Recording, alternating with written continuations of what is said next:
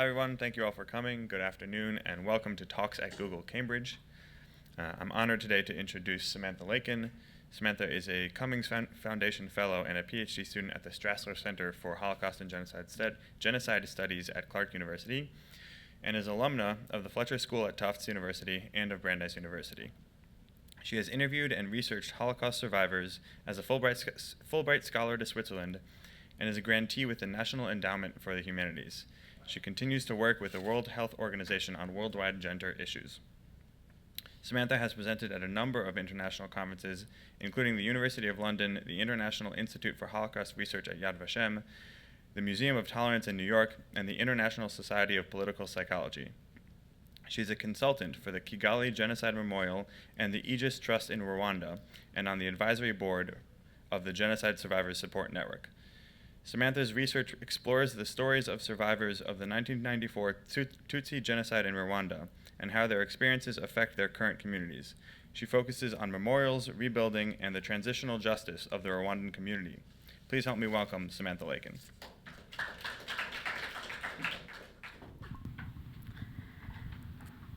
Hi, good afternoon, everyone. Thank you so much for joining me here. My name is Samantha Lakin, and as Nadav said, I am a current PhD student at the Strassler Center for Holocaust and Genocide Studies at Clark University. And what I want to do today is give you a little bit of information and insight about my journey working with survivors of genocide and conflict, and also looking at issues of transitional justice, of how societies recover from conflict and genocide to peace. And I'm going to do that in a very special way, what I feel is very special. I'm going to do that by taking you through a number of themes and stories that kind of highlight the post-conflict and post-genocide landscape in Rwanda today, to give you a sense of those types of places and spaces that I've been able to enter while doing this work for the past 6 years, and to help you rethink and reframe your own conceptions of post-genocide and post-conflict justice, whatever that means to you. And I'm hoping that by the end of this talk, you'll have seen some new things, seen some new sights through the photos, most of which I've taken, and also learn to think a little bit differently about the successes and challenges that we often experience through the media, or through other stories that we've heard sitting here in Cambridge, and how they affect people in Rwanda and around the world writ large. So the talk today is called From Genocide to Dignity and Justice. And basically, the main questions I want to address are these. I want you to think about what themes make up the landscape of post-genocide Rwanda. And don't worry if you don't know too much about Rwanda right now, because I'll be giving you a bit of information in a minute. And the second thing I want to do is challenge us to rethink our framing and assumptions about conflict and recovery, and to use the stories that I'm going to tell you and the experiences that I'm going to share with you to understand these realistic goals, developments, challenges, and areas for future involvement.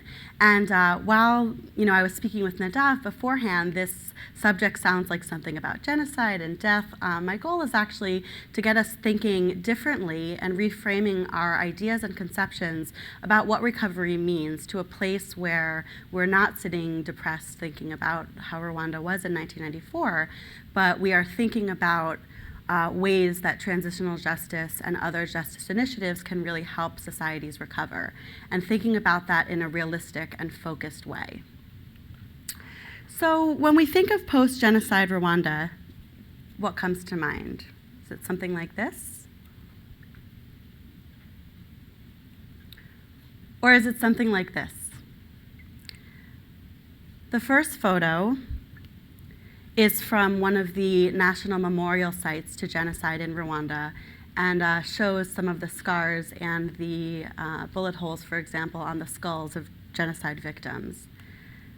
This contrasting image speaks about 3 women who graduated from Agahozo Shalom Youth Village, running and having fun in their village on the day of their graduation in their cap and gown. So very contrasting images to get us started. So I want to give you a snapshot of Rwanda. So basically, Rwanda is a country in eastern Central Africa, and I'll show you a map in a minute, where there are about 12 million people living. The languages are Kinyarwanda, English, French, and some Swahili spoken. Most of the country is Catholic or Protestant, with a small minority of Muslims and non-affiliated religious. It borders Burundi, the Democratic Republic of the Congo, DRC, Tanzania, and Uganda. But what's amazing is it's approximately the size of the state of Maryland. So when you look at the map, if you haven't seen where Rwanda is, you'll be pretty amazed. That little red dot in kind of the central east of Africa is the country of Rwanda. Looking at the entire continent of Africa, that small dot, the red, is the country of Rwanda. So it's very small territorially. And I want to give you a little bit of history about the genocide in Rwanda. I don't want to focus too much today on the history. That's not what I'm here to do. What I'm here to do is really bring you into some spaces about the reconstruction and reconciliation processes in Rwanda. So I'm going to go through this a little bit quickly. If you have questions at the end, please let me know. But I just want to give you a background so you can kind of have an understanding of what happened. So in 1994, there was a genocide that took place in Rwanda. The population at the time was about 84% Hutu, about 15% Tutsi, and about 1% of indigenous Twa people. And the history goes that the Belgian colonial powers helped construct these identities, Hutu the majority, Tutsi the minority, and also had put Tutsi in power as kind of indirect rulers during Belgian colonization. And this created a lot of conflict between the Hutu and Tutsi communities. And I'm saying communities because Hutu and Tutsi are not exactly ethnic identities.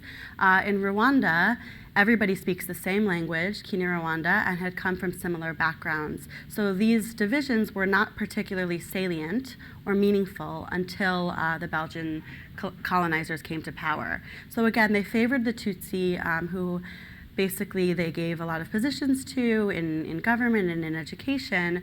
And after that, the Hutu extremist government came to power in the First and Second Republic and started to persecute the Tutsi population between 1959 and 1994.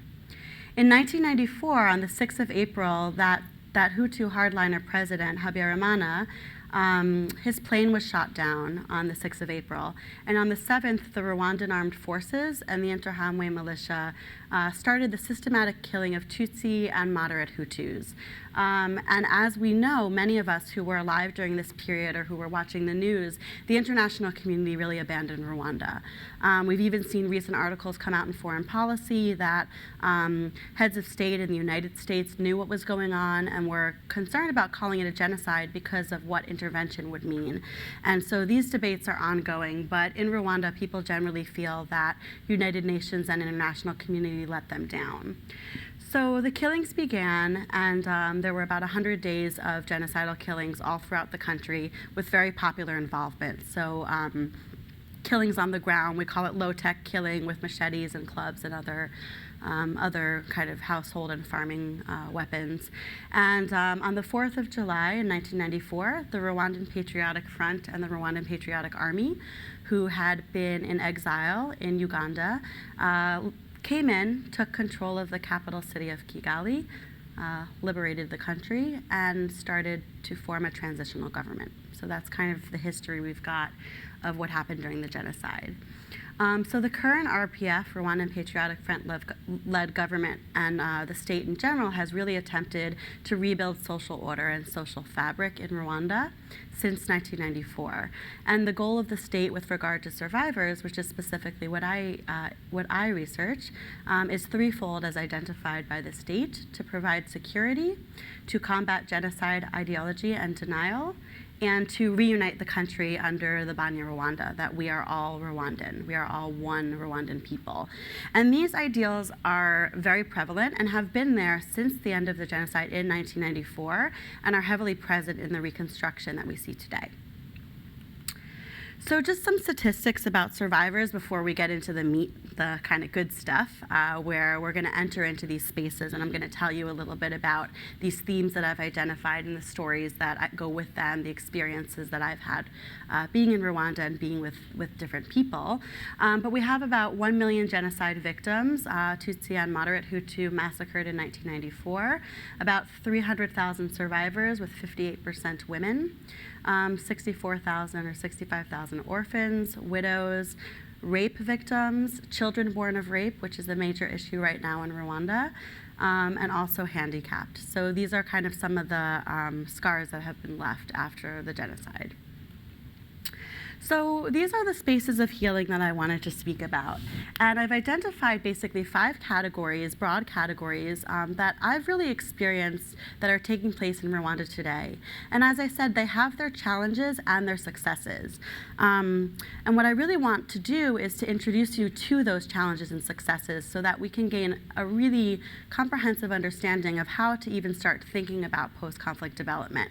You won't be experts by the end of the day, but I'm hoping to give you something to take away that will allow you to think about how you envisioned post-conflict societies and what you might think after this lecture. So the spaces of healing, development, recovery, truth, and grief in Rwanda, I've identified as memory, justice, youth and education, psychological health and trauma healing, and technology and research. I'm also not going to try to give you kind of the standard examples today, the ones that you've read in the news or the ones that you've seen a million times. What I'm going to try to do is take you through my experiences over the past 4 years and help, again, enter into these spaces that are little known and that you might not otherwise be able to see or access to help us broaden our understanding.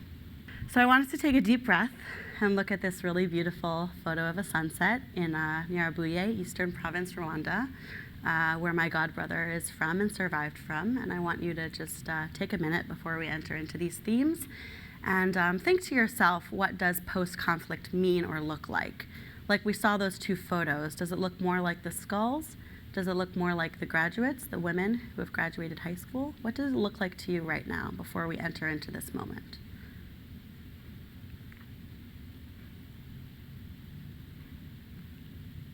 Okay, I think we're ready. The first theme I want to address is memory, and I want to introduce you to Omar.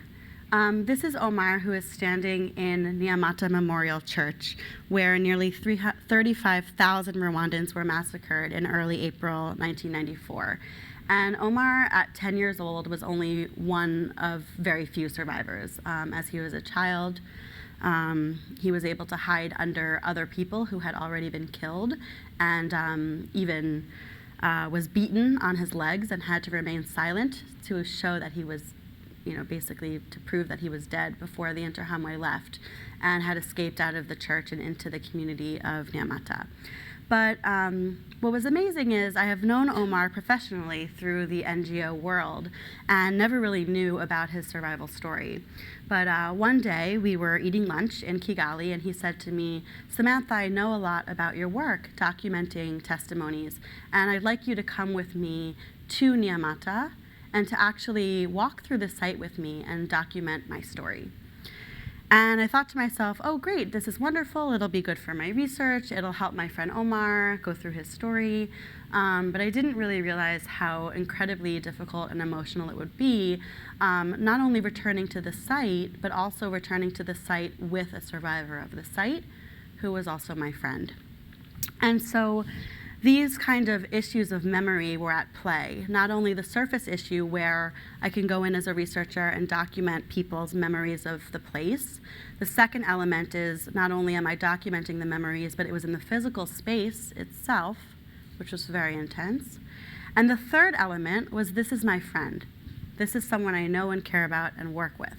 So those 3 things were at play in my mind as we began driving out of Kigali toward Bugesera, where the Nyamata Memorial Church is.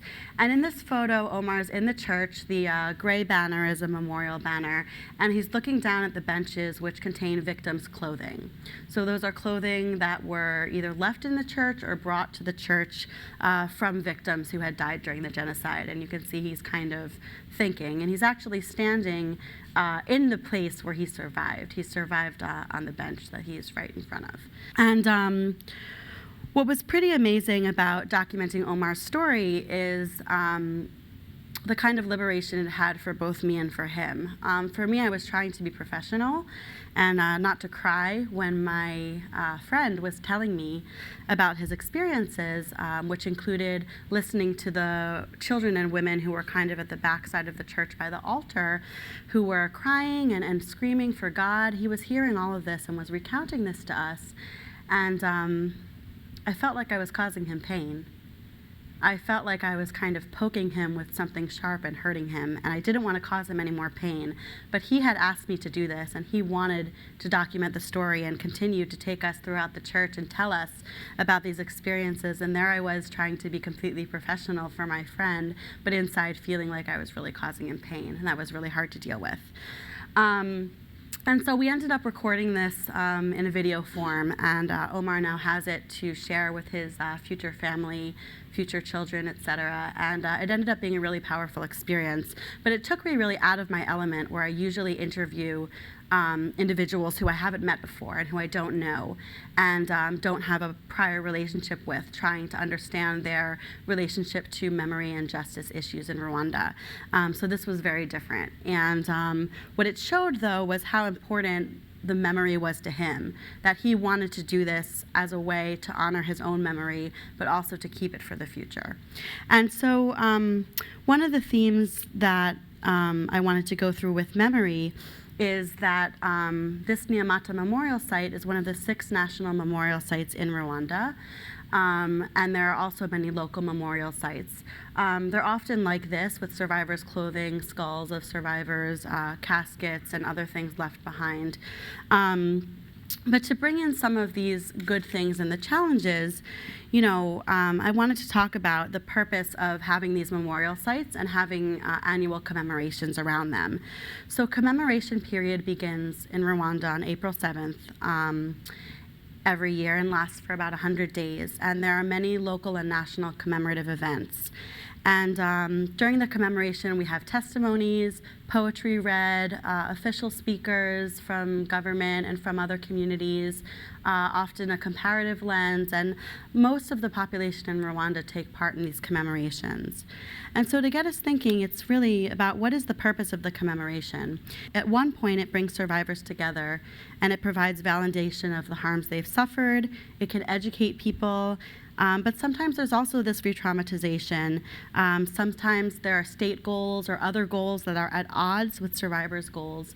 And one survivor who I spoke with last week when I was preparing this told me that people can be in the same physical commemoration space and be commemorating and remembering different things, which I think is something really interesting to think about, how people can be experiencing the same event, yet be remembering it and having different reactions. So that's one of the challenges, is how to make commemoration inclusive and bring everyone in.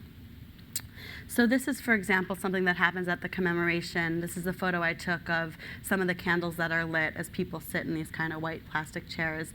And you could have anywhere between 500, 1,000 people at one commemoration. Sometimes there could be 30. It depends on the type, but I just wanted to give you a small perspective. The next thing I wanted to talk about is justice. Justice is a huge, huge subject. And part of the benefit of justice is that it is a large subject, so we don't have to be limited in the ways in which we think about justice. And I know I'm not going to do justice to the subject of justice today, but I do want to give you a little bit of history and take you into these spaces. So again, this is Nyamata Memorial Church. You can see those benches, and you can see the wreaths that have been laid on the ground there. So this is kind of a bigger picture of the church. So memorial sites are a form of symbolic justice, which is one way to bring justice, especially to survivors.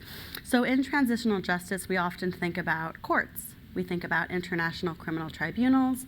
We think about local courts. We think about the court system when we think about justice. Automatically, when we say justice, our mind goes to the lawyers and to the judges and to the court systems, which is good. And there are many, many positive benefits from court systems, including holding perpetrators accountable.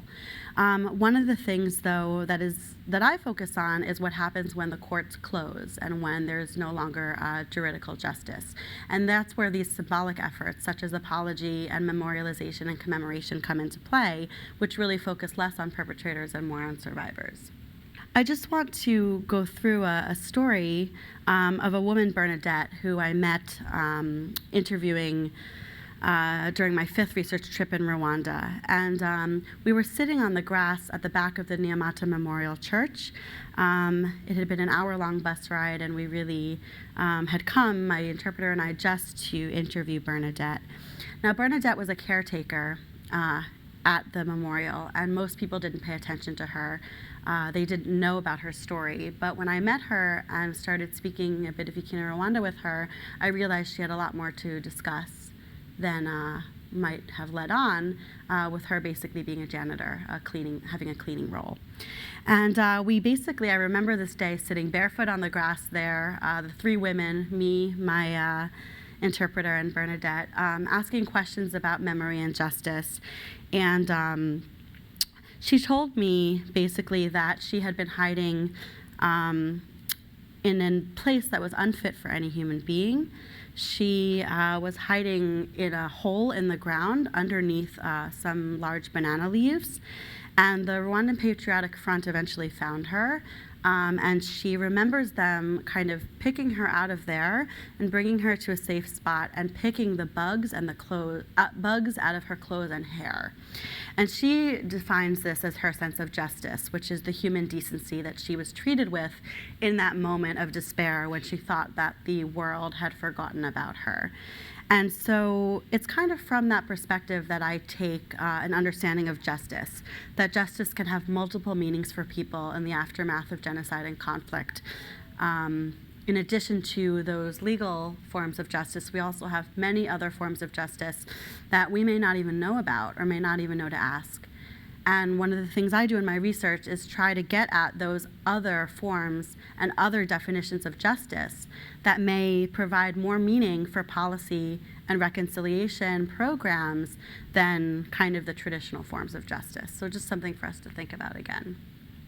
These are children at the Nyamata Memorial Church who are going on an official commemoration, bringing their wreath, which is really a common thing in Rwanda.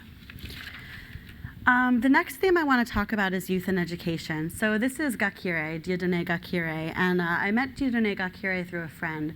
Gakire is the author of A Dreaming Child, which is this phenomenal book about young people's experiences during the genocide in Rwanda.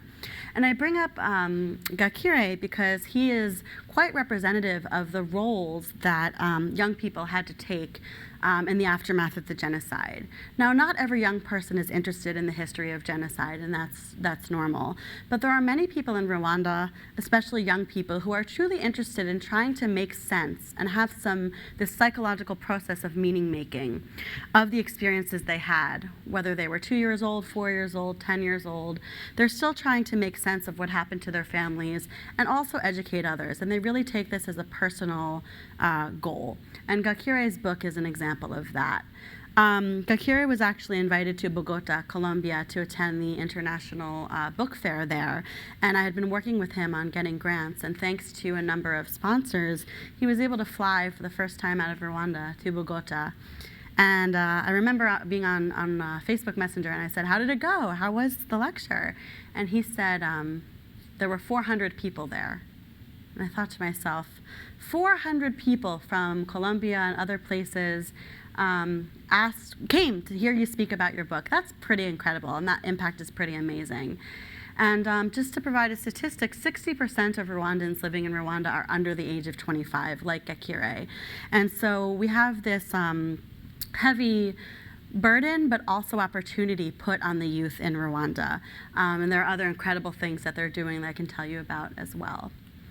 I also want to introduce you to Henry. Henry is one of those graduates of Agozo Shalom Youth Village in Rwanda. You can see his green cap and gown. And I met Henry on my first weekend in Rwanda, where I was invited to the youth village to attend their science fair. And Henry was actually put in charge of the welcoming committee, and he welcomed me as a guest. He didn't know me, I didn't know him. You know, those relationships you think, okay, they're passing. I'll meet him, I'll go back, I'll start my work. It'll be fine. It turned out that I gave Henry my email address, and he started to write to me as he began to apply to colleges and ask me advice, and I was very apt to work with him. He's an incredible young man. And basically, 3 years later, Henry is now a second-year student at McGill University. Not only did he gain admission, but he gained scholarships from McGill and from private families. And we worked together in order to make this dream come true. And it was pretty amazing because I can't tell you the amount of times that I said, Henry, I'm not sure this is going to happen this year. I said maybe in future years, but as you know, college in the West is very expensive. And coming from a background where both of his parents were killed during the genocide, while his mother was actually breastfeeding him and had his twin brother on the back. He has a twin. And what was amazing was I was sitting with these two boys on their birthday having dinner, and his brother Eric said to me, "Do you believe in miracles?" I thought to myself, I don't really know. I don't think about miracles that often. And he said, well, can you imagine that a boy from this background in Rwanda growing up with a grandmother in a pretty poor neighborhood is heading off to McGill in a few weeks with his visa, his scholarship, his apartment, everything sorted out. And I said, yeah, it's pretty incredible. And he looked at me and said, no, this is a miracle. It's not just pretty incredible. And so he really changed my perspective. But Henry and I are in touch on a weekly basis, and I'll be working with him throughout his entire college experience. And I'm excited for the opportunities that youth have both in Rwanda and out. The last thing I want to mention about youth is peace education. And very, very briefly, the organization I used to work for, Aegis Trust and the Kigali Genocide Memorial, started this educational program around peace and critical thinking for youth. And this is another aspect of post-genocide and post-conflict recovery, is how to re-educate and help youth really understand the power of their decisions and make sure that they can both understand their past in order to go forward toward the future. So this shows the story of Edouard, who is one of the upstanders during the genocide, and kind of through pictures and this mobile exhibit and these graphic designs take students through his story. And then afterward, they sit with facilitators and go through some of the main themes about, as I said, critical thinking, the power of individual choice, and the power of kind of living together in the aftermath of conflict. So the next thing I want to touch on is psychological healing and trauma healing. And as I said, I'm not going to tell you completely the standard stories. This is a picture I took when I saw and met the all-female drumming group, whose name is Ingoma Nsha, which means a new drum. And so drumming in Rwanda is traditionally reserved for men and prohibited from women, who are usually prohibited from even touching drums or even approaching the drummer, who used to perform for the king. But this drum group came about after the genocide, with Hutu and Tutsi women coming together of all different ages, of different backgrounds, of socioeconomic backgrounds, other backgrounds, came together to learn this and actually to show that they are strong, both physically in picking up the drums and actually drumming, and also that they're strong mentally and emotionally. And this is a very interesting example of psychological health, because it's not what we usually think of, where people sit in counseling groups or individual counseling, which takes a long time and is very slow, and there is also costly and expensive. There are amazing things about this kind of trauma counseling, but in Rwanda, many people don't access it. And so these kinds of groups, which bring people together, are pretty incredible. And after I saw this performance, I spoke to one of the drummers, and she basically said, you know, the group is like a new family. Rwandans, a lot of them lost family if not entire members of their family during the genocide. And these newly constructed social groups and social networks are incredibly important for psychological health and trauma healing, because the women also talk about what's going on in their lives. They celebrate together, weddings, births, deaths, everything that you would expect a family or a broader community to do, these women do together. And there are other examples of these kinds of groups around economic development and other development that have this benefit of psychological healing. This is a photo that was actually taken by a very close friend of mine who is a professional photographer in Rwanda. And if you look closely, the photo is of a scar on the stomach of someone in Rwanda. And I interviewed this person about 1.5 years ago, and he was very shy, very quiet. The interview didn't last very long. But one of the things that really struck me was this discussion of scars. And I spoke to him and said, he told me he was captured by Interahamwe and had some scars. And I said to him, can you tell me a little bit about your scars? And what he did was he stood up and he lifted up his shirt and showed me this scar on his stomach. After meeting him the first time, I went back to interview him again, but I was shocked at the kind of vulnerability of showing this white woman in Rwanda this scar on his stomach. But he wanted to make a statement, which is that some of the scars you can see, both the psychological and the physical scars, and some you can't. Some are hidden under your clothes, some are hidden in your mind, some are hidden until something triggers them and comes out. But the scars are living with these people, are living with Rwandans, and we don't know necessarily when they're going to manifest themselves or in what ways. And so when working in post-conflict societies, we have to be very, very almost vigilant to the point of respect that we can understand, coming from kind of non-survivor perspectives, how to work with survivors and others, including perpetrators, who have trauma of what happened and what they've done. Now, I personally believe that all of us have suffered some form of trauma or some negative thing, and it's not about comparing hierarchies of suffering. What happened to me is not necessarily as bad, or doesn't feel as bad as what happened to you or what happened to a survivor.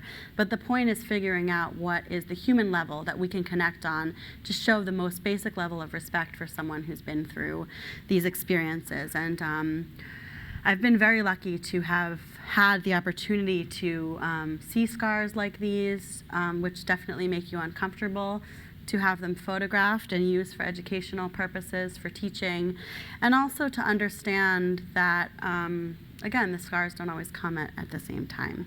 And so one thing I wanted to mention about scars as well is during the during the commemoration period that starts on April 7th every year, I often get texts on WhatsApp or on text message and say, Samantha, I'm not doing well.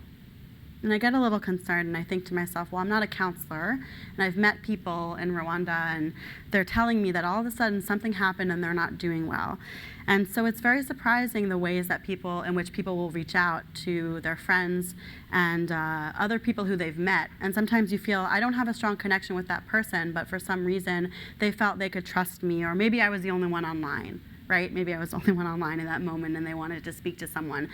But, letting them know, I'm not a counselor, but I'm here as a friend. I can advise you in that capacity. But it's amazing the amount of text messages and messages I get during this period, and the emotional stress both on the individual and myself, just being very completely honest and vulnerable with you. But that's the responsibility of working in this sector, is to accept these relationships as they are and to try your best to do what you can do. And none of us is perfect, but even just being there for someone is sometimes enough. I had someone write to me very late at night, and in the morning wrote back and said, I was thinking of basically over drinking. And after I spoke to you, I went to sleep, and I realized that I would wake up tomorrow and feel maybe a little bit better. And all I did was take a minute to communicate with him. And I didn't know about any of these thoughts in his mind. But what was pretty incredible was just taking that moment to say, yes, I'm here, tell me what's up. I'm going to have to go in a couple minutes to get back to work, but whatever it is, sometimes you don't know the impact of the people who you are interacting with. So the last point I want to touch on is kind of an uplifting point, and is definitely appropriate for those of you working at Google and working in this sector, is technology and research. And one of the things that has been happening in Rwanda is the startup company of Safe Motos. So Safe Motos has helped Rwanda separate good drivers from what they call the crazy ones. Motorbikes are a very common way to get around in Rwanda, especially in the capital city of Kigali, and most of the motorbikes are unregistered, and most accidents also happen on motorbikes. And so Safe Motos has an app that's very similar to Uber that encourages motorbike taxi riders to contact Safe Motos, whose moto drivers are trained in safety, and there's also a record given on how many accidents they've had and what kind of driving record they have. So not only are you able to be picked up in a safe place, but you're also able to know kind of the rating of your driver. Again, very similar to Uber. The two founders, Peter Kariuki and Barrett Nash, Peter's actually a close friend of mine, and they're doing amazing work. And they also are interested because belonging to Safe Motos not only helps the rider, but actually helps the driver. And moto drivers are one of these kind of segments of the population that you don't really know a lot about them. You don't know if they're a survivor. You have no idea if they were a former perpetrator. Oftentimes, they don't speak English or French. It's hard for Westerners to communicate with them, but they are a huge segment of the population. Many of them are coming from villages or other places to the capital city of Kigali to drive a motorbike and make money. And so they're one of the people that we really don't know a lot about, groups of people that we really don't know a lot about, but are heavily prevalent in society in Kigali. And so one of the amazing things is that authorities are often ambivalent towards moto drivers as they associate them with crime and disorder. But becoming part of Safe Motos helps them show that they're legitimate people just trying to make an income, and really helps them gain legitimacy in the eyes of authorities, in the eyes of the rest of society. So it actually has a dual purpose in helping people ride safely and reduce accidents, but also helping in societal recovery, showing that these moto drivers are not young men coming to create problems in the city, but they're actually just trying to make a living in the best way that they can. And you can even see this is a free concert, an advertisement that says, "Ride with Safe Motos" there. So they're doing their advertising and saying, you know, you want to come to this concert? Great, ride with Safe Motos, be safe on your way. And it's an amazing initiative. There's been a lot of press on Safe Motos, and they've become a pretty incredible startup. But I think what's amazing about them is their commitment to developing the sector of moto drivers within the post-conflict society, to kind of get rid of this concept of, you know, the young men trying to cause problems in the city, which is a theoretical concept in post-conflict societies, that the young men come to the cities and they want to cause problems and they don't have homes or education, and this is kind of combating that stereotype. And the last thing I want to mention, kind of bringing it back to memory and technology, is the Genocide Archive of Rwanda's new webpage.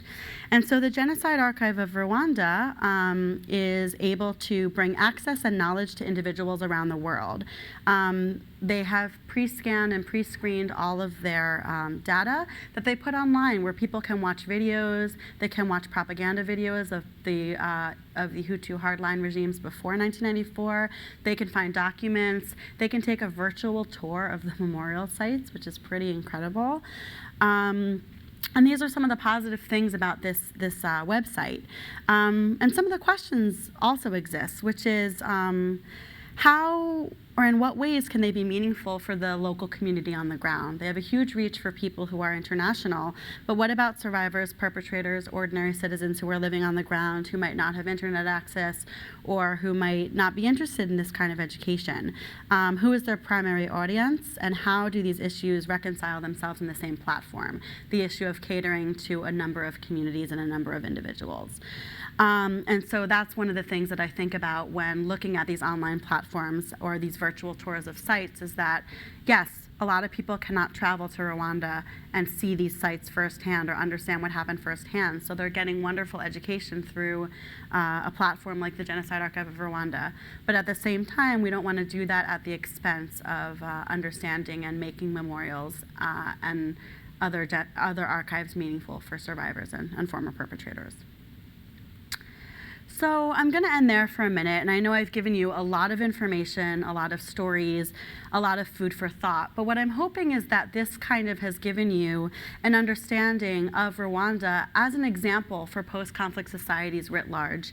And one of my main, kind of the core tenets of my research is that we have to go deep and we have to go broad, right? So we have to go deep to understand that each context is different. And that Rwanda, what works in Rwanda, what doesn't work in Rwanda might be different from another place. But at the same time, there are themes that cut across post-conflict societies and can help us rethink wherever we are. And so I want you to think back about what you knew and believed about post-genocide Rwanda or post-conflict societies writ large, and what you've learned that might complicate or complement your initial thoughts. This was not meant to be a talk that will clarify everything for you, rather a talk to get you thinking about these issues, about the range of issues, and about how you might be able to fit in.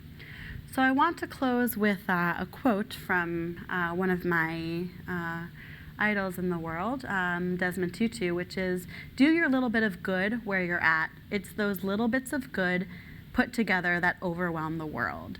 And so it's not our responsibility to do it all, but I hope that today this kind of compels you to think about where you fit into the post-conflict society, even if you are sitting at your office here in Cambridge, or even if you travel a little bit to some places that might be considered post-conflict, to delve into their history and look and think about what you can do in that very, very small way. Just as I said, staying up at night for 5 minutes, WhatsApp conversation kept a friend from over drinking and kept him waking up the next morning, and I'm glad to say he's doing really well.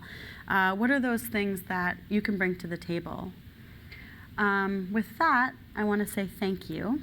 I want to say thank you to the Google office at Cambridge, to everyone who came today. I'm happy to take questions and comments, but again, I really hope this opened your eyes to a subject that I really care about and that I'm passionate about, and that I want to share with people who are hopefully also interested in these kinds of issues. So once again, thank you to all of you, to Google, and I hope you enjoyed the talk, and I'm very happy to entertain questions.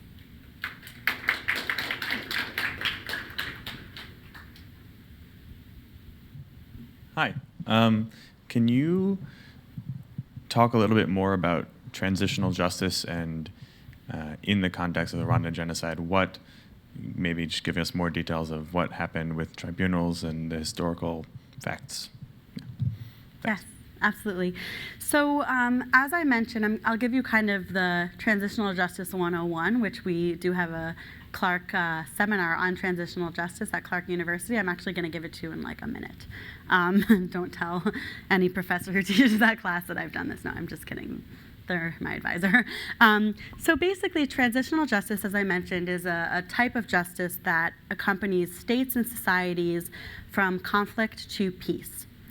It's employed in the case of extraordinary crimes and extraordinary grievances, mass violence, mass atrocities. That doesn't only mean in number, but it also means in scale of participation and of targeting. So it's not, so basically the concept is that ordinary justice or ordinary legal courts cannot really provide justice for these extraordinary crimes like genocide, crimes against humanity, war crimes, etc. And so transitional justice has been this array of mechanisms kind of founded and used by the international community since the 1970s or 80s to address some of these issues that ordinary legal justice cannot address. So in Rwanda, we see kind of the two forms. We see legal justice, which I said, again, focuses mostly on perpetrators and punishment, and what we call symbolic justice, which focuses more on victims and survivors and is more future-looking. Both are important, and both kind of must be there in a post-conflict society for transitional justice to do its job. In Rwanda, we have three main cases that I'll mention. One is the establishment of the International Criminal Tribunal for Rwanda, the ICTR, which was established by the United Nations Security Council in 1995.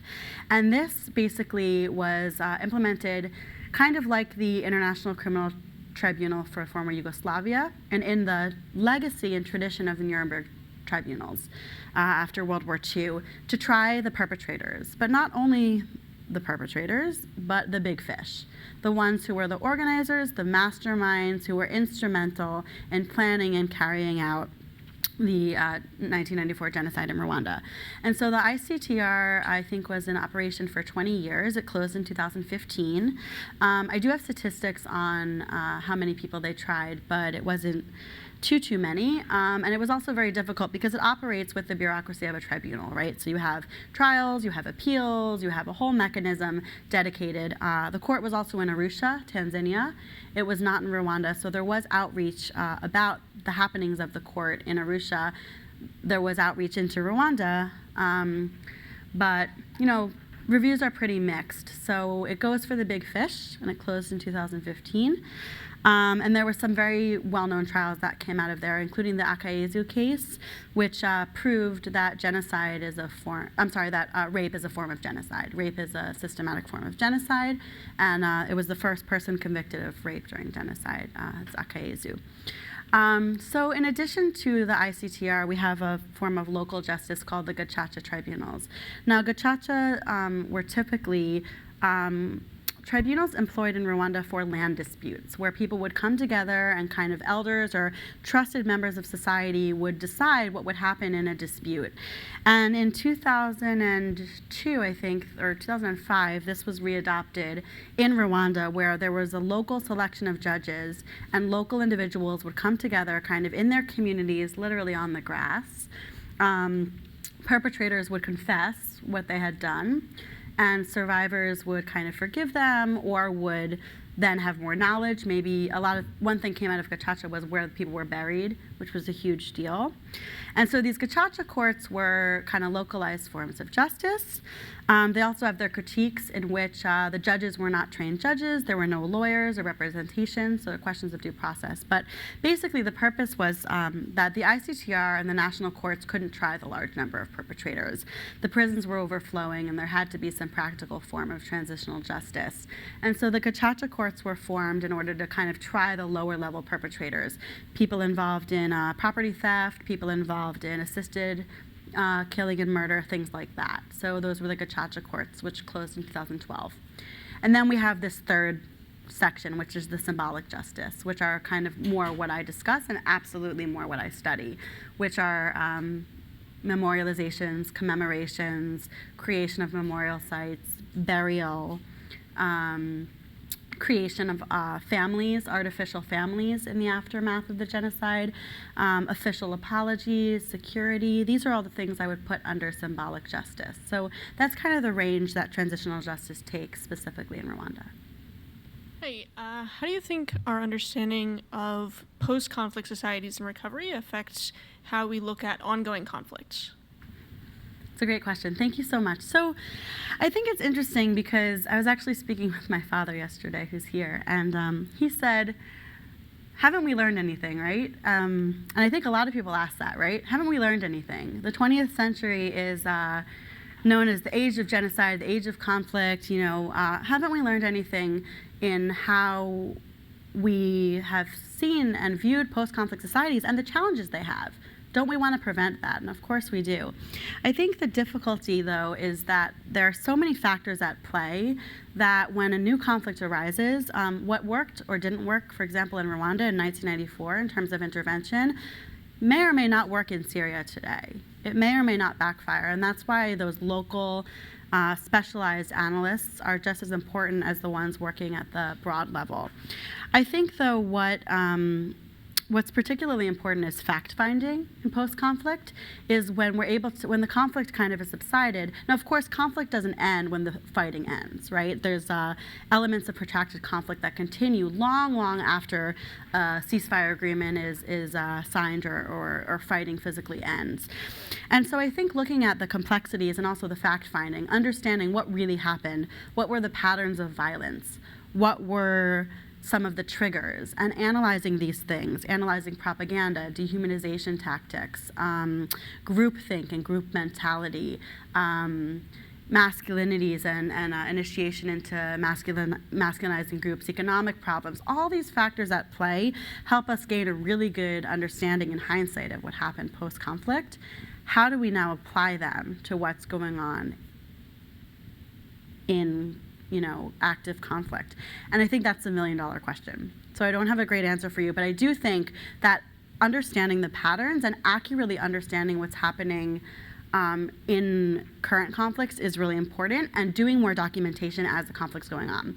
One very quick example is Burundi. So we have an ongoing conflict in Burundi, the country next to Rwanda, and some analysts from State Department and elsewhere are basically trying to figure out what's happening on the ground now and to correctly identify what kind of violence this is and what factors are happening, so that when they are deciding how to intervene, which has been taking a long time, but I'm hoping will happen soon, when UN and other Western states and other African states and AU are deciding what to do, if they correctly, more or less, identify the elements of the problem, they can create better solutions.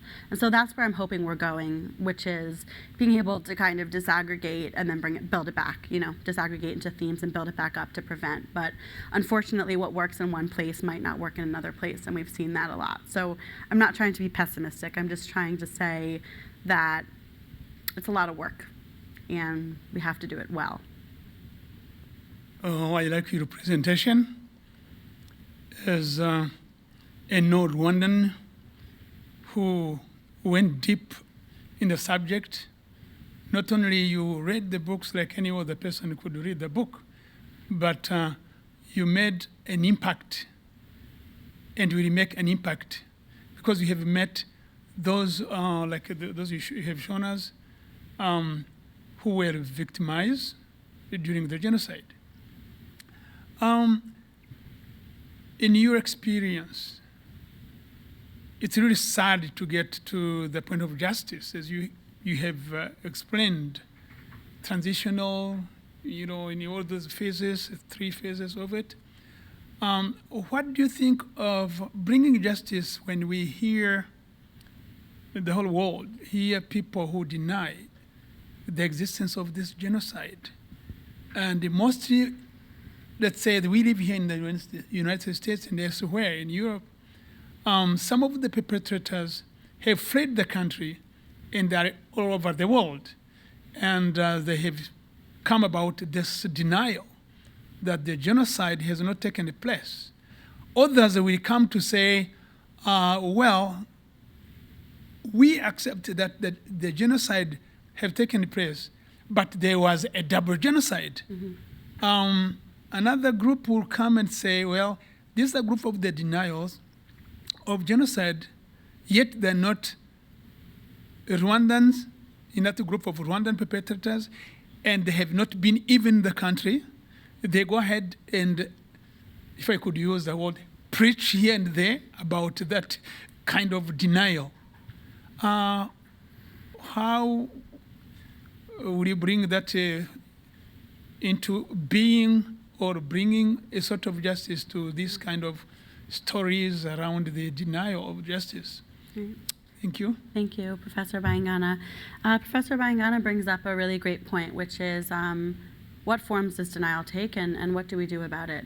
Denial is a problem, and it's not a new one. We've seen it with Armenia. We've seen it after the Holocaust. After almost every major conflict, we have people who, for some reason, whether it's political or personal, cannot handle the truth of what happened. And try to kind of give another example. So one way this happens is by completely denying. One way is by manipulating the facts and saying it was not a genocide, it was a civil war.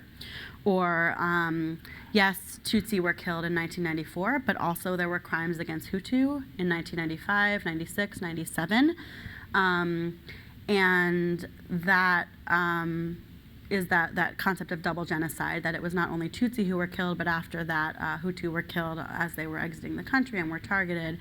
That's the theory of double genocide. And to that, I would say two things about dealing with deniers. One way we can deal with deniers is to ignore them, is not to give them a platform to speak.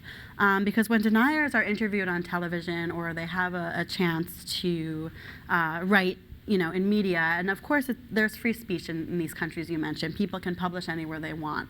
But if they're known denialists, and if they're causing harm to people, there are ways to choose someone else, someone who maybe has a more balanced perspective and is not considered an outright denialist when any news outlet interviews people. One survivor told me that denial feels like the genocide is happening over again, because basically their family was killed during the genocide, and then when someone denies it, they deny your right of acknowledgement, they deny your right to grieve, they deny your right to feel how you want to feel, they deny what happened to you, and they're harming your ability to move forward because you cannot be recognized. And we see this kind of in limbo situation in Armenia where people are very hurt because their situation and their reality is not being recognized. And so I think besides kind of this ignoring and not engaging, because denialists will keep, as you said, preaching regardless of what factual evidence comes. I think the second point is this categorization that's really helpful. I think the legal crime categories, genocide, war crimes, crimes against humanity, and all that has been put into developing these very thorough categories is helpful. So when the UN deemed that Rwanda was a genocide, there are facts and evidence in terms of fact-finding missions, in terms of intent to destroy a group in whole or in part, intent to destroy the Tutsi people. These were present and proven in the case of Rwanda. And so it is a genocide according to international legal order, if that's what you respect, and most people, I think most countries do. And so sticking to those definitions and the facts is where you can't go wrong.